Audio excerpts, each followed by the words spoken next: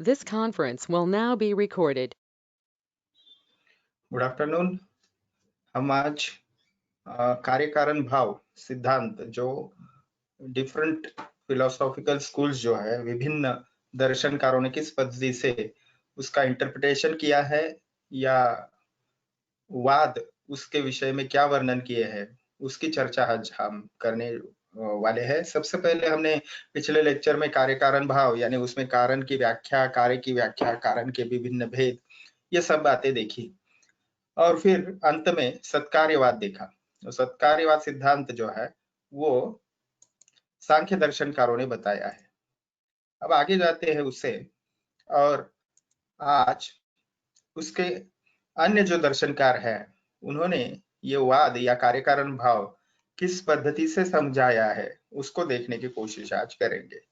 तो सबसे पहले दर्शनों का एक प्रभाव अपने आयुर्वेद के सभी सिद्धांतों के ऊपर पड़ा है या उससे संबंधित बहुत सारे सिमिलर कुछ कंसेप्ट्स या थियरीज या जिसे हम वाद कहते हैं वो रहेंगे। तो दर्शनों को इसीलिए समझना आवश्यक है। मैं तो हमेशा समझाता हूँ कि जैसे आज आपको डॉक्टर कोर्स लेना है या मेडिकल यानी एलोपैथी, आयुर्वेद या होम्योपैथ, या आपको अगर हेल्थ सिस्टम रिलेटेड कुछ स्टडी करना है तो आपको फिजिक्स, केमिस्ट्री, बायोलॉजी ये विषय अनिवार्य होते हैं।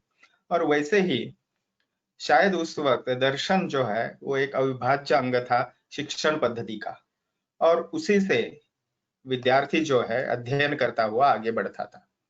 तो दर्शन यानी ये फिलोसॉफिकल स्कूल्स है और मुख्यतः वो दो है, आस्तिक और नास्तिक। आप सभी को ये पता है। Just to connect with the topic हम थोड़ा इंट्रोडक्शन देख रहे हैं। तो सांख्य, योग, न्याय, वैशेषिक, पूर्व मीमांसा और उत्तर मीमांसा, ये आस्तिक दर्शन है 6।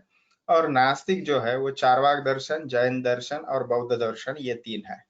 ये टोटल उसकी कुल संख्या हो जाती है 9। लेकिन सर्वदर्शन संग्रह जो ग्रंथ है मध्वाचार्य जी का, तो उसमें हम जानते हैं कि टोटल कुल दर्शनों की संख्या जो भारतीय संस्कृति में थी वो टोटल 16 थी। और उसमें से ये 9 जो है वो प्रधान है, जो ज्यादा से ज्यादा फॉलोअर्स जिसके आज भी है। तो इन 9 दर्शनों का अभ्यास या सिद्धांत जो है उनसे संबंधित हम बातें ये सभी सिद्धांत देख रहे हैं। आगे बढ़ते हैं तो अब जाएंगे परिणामवाद की ओर। तो परिणामवाद जो है यह सिद्धांत पुनः सांख्य दर्शनकार ही इसके बारे में ये सिद्धांत प्रतिस्थापित करते हैं। और इसको हम अगर ट्रांसलेट करें तो थियरी ऑफ ट्रांसफॉर्मेशन, ऐसे इसको हम कह सकते हैं। और परिणाम इसका अर्थ ही शब्दशः अगर ले तो ट्रांसफॉर्मेशन होता है। When an object change its original form, that is transformed into another form, and that process or that thing is called as a परिणाम। ओके, सो रूपांतरण या परिणाम यानी स्थित्यंतर, या अंग्रेजी में उसे ट्रांसफॉर्मेशन कहेंगे। फॉर एग्जाम्पल, दूध जो है वो दही में बदल जाता है, ठीक है। और अगर पानी है तो वो अगर उसको घनीभूत किया जाए, उसको ज्यादा ठंडा किया जाए तो उसके गुणधर्म बदलते हुए वो बर्फ का टुकड़ा हो जाता है या बर्फ बन जाता है। तो ये रूपांतरण जो है या मूल उसका स्वरूप या पहले का स्वरूप, आद्य स्वरूप उसका बदलना, इसी को रूपांतर या विकार कहते हैं। यानी प्रकृति से वह कुछ भिन्न हो जाता है, इसलिए उसको विकार कहते हैं। जाते हैं आगे। बेसिंग ऑन दिस परिणामवाद, they describe the evolution process of the universe, that is the transformation. So मूल प्रकृति जो है वो रूपांतरित हो जाती है, परिणमित हो जाती है विकृतियों में। जैसे प्रकृति और पुरुष के संयोग से महत बनता है, महत से अहंकार बनता है इत्यादि। तो षोडश विकृतियां बताई है, ठीक है, सांख्य दर्शनकारों ने। सो मूल प्रकृति से बदल होता है, इसलिए उसको विकृति कहा जाता है। और ये आपके सामने ये प्रस्तुत है, ये इसे सांख्य दर्शनकारों के दृष्टि से सृष्टि उत्पत्ति विकास क्रम भी बताते हैं, सृष्टि निर्मिति बताते हैं, या टोटल ये 25 या 25 ये तत्व है, इसलिए पंचविंशति तत्वात्मक पुरुष भी इसे कहते हैं, ठीक है। तो प्रकृति और पुरुष इस संयोग से महत उत्पन्न होता है, महत से अहंकार, और अहंकार त्रिविध होता है, सात्विक, राजस और तामस। फिर इस सात्विक अहंकार जो है वो प्रकाशक होने की वजह से वह रज का संयोग लेता है, सहयोग लेता है, संयोग नहीं सहयोग लेता है, सहकार्य लेता है, क्योंकि रज जो है वह क्या है, गतिमान है या प्रेरक है। ठीक है। तो सात्विक अहंकार से राजस अहंकार की सहायता से पंच ज्ञानेन्द्रिया, पंच कर्मेंद्रिया और उभयात्मक मन यानी एकादश इंद्रिया उत्पन्न होती है।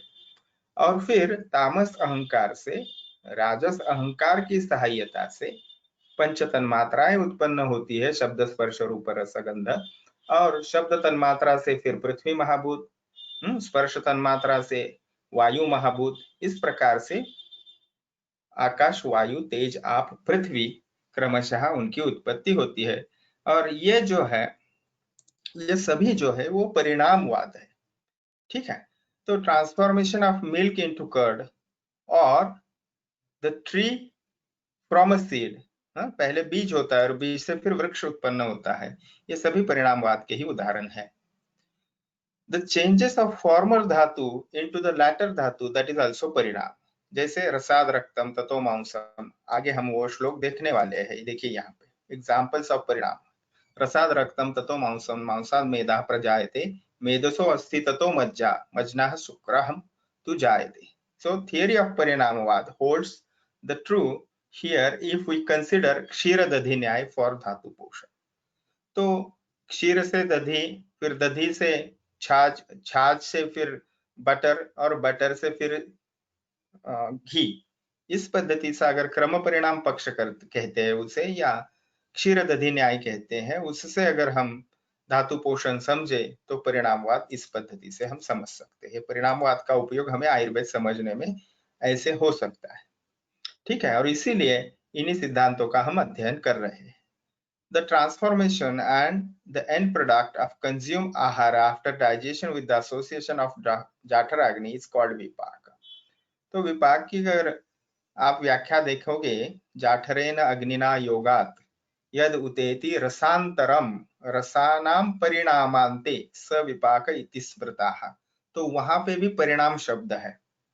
तो ये परिणाम जो है वो ट्रांसफॉर्मेशन या चेंज या विकृति इस पद्धति से हमें बताता है।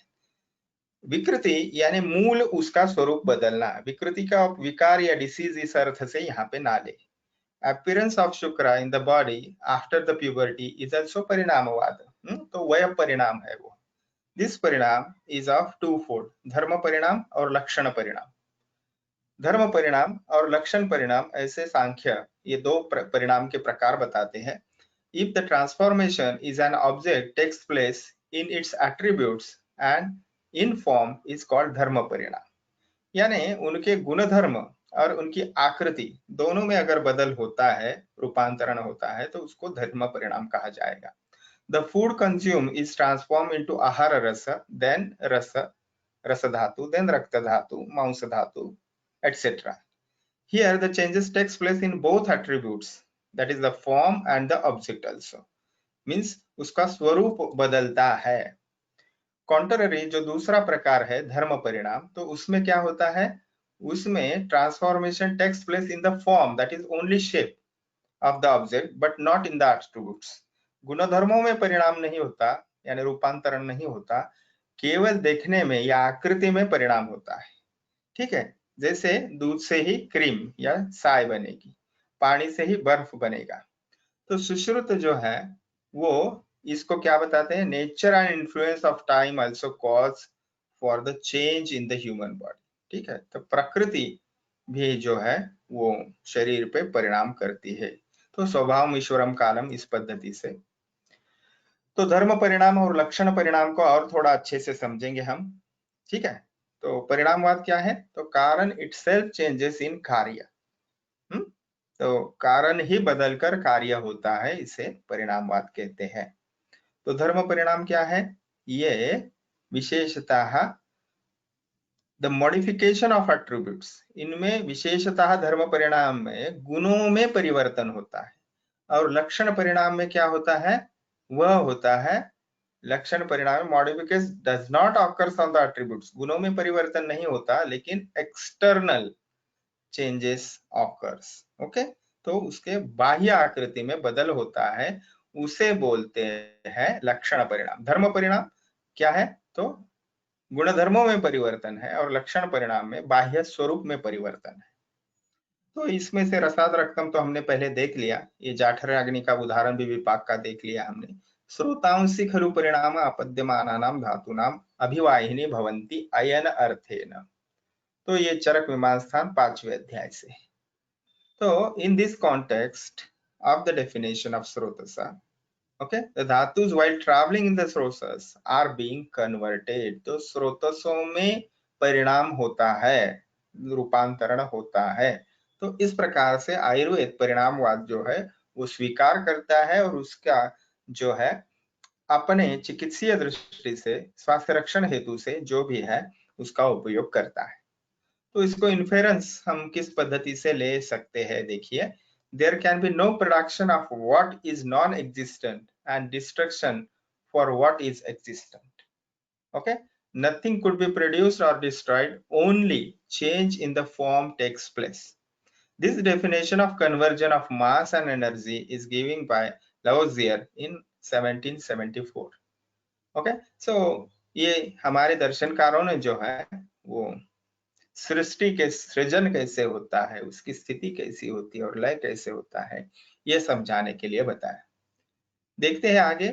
तो इसी से सिमिलर हम कुछ कंसेप्ट्स देखते हैं और इसको शास्त्रीय पद्धति से आज के भाषा में ढालने का प्रयास करते हैं। देखिए, law of conversion of energy.